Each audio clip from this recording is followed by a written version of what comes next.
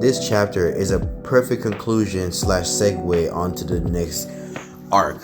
Chapter 1124, Best Friend. Here we have, another page of Yamato. Oh, just loving Yamato at this point. Like, look at where she's at. Well, she's still at, but I'm just saying she loves.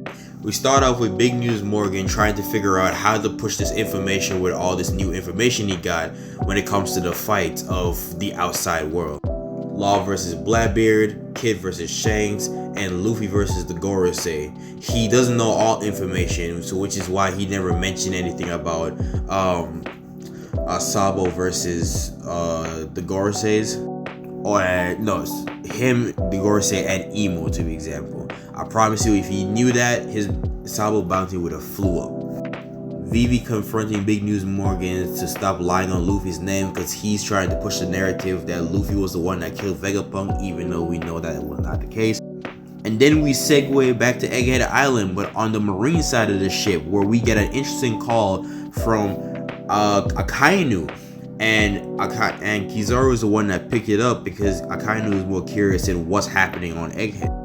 So Kizaru is trying to highlight, that the people escaped, enemies are escaped, my subordinates are knocked out, and so on and so forth. And he's getting pissed off and telling him and asking him if he's getting, if he's slacking off. Here we have this continuous flashback of how Kizaru and Vegapunk met, and then realizing that he killed him, he gets frustrated and start calling this man out on his name.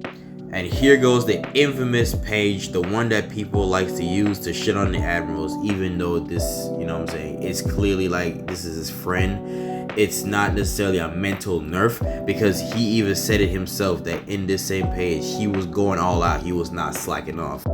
So even though it was something that was mentally challenging for him, you cannot say he was weakened by it, because he was still going all out.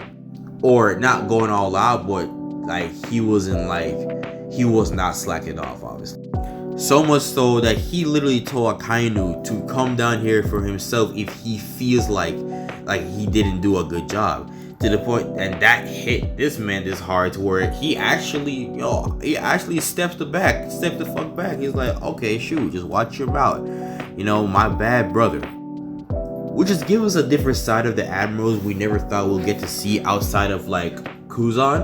Because outside of Kuzan and Fujitora, we thought that the other admirals, with the exception of Aramaki, because we haven't had any real tragic backstory of any kind, we never thought of these two getting some type of anything of that nature, especially with him and him apologizing. So hey, that's just a new thing that I like to see. We now segue back to the Sunny Go and the big ass giant ship, and look at the size of this shit. This shit is huge. The power scales are gonna have a field day with this logic. But we come back to this where everybody is having a great old time. Frankie is relieved the fact that we had so many heavy hitters was on Egghead and we still managed to survive that. Vegapunk is confirmed dead, although technically he is not, and I'm gonna get to that later down the line. But Zoro, what's up with you, my man? You just harsh for no reason. Lily is alive and healing, and he come to find out that she was trying to figure out where everyone else that. Unfortunately, they gotta tell her the news that everybody that she knows cannot be saved. They're all dead, with the exception of York. She's not dead, but she's not gonna care. She did her little tears and then wipe them off and then try to find Luffy. Come to find out, Luffy is depressingly eating because he couldn't save Vegapunk. Then she gave them a revealing secret that technically he's not dead.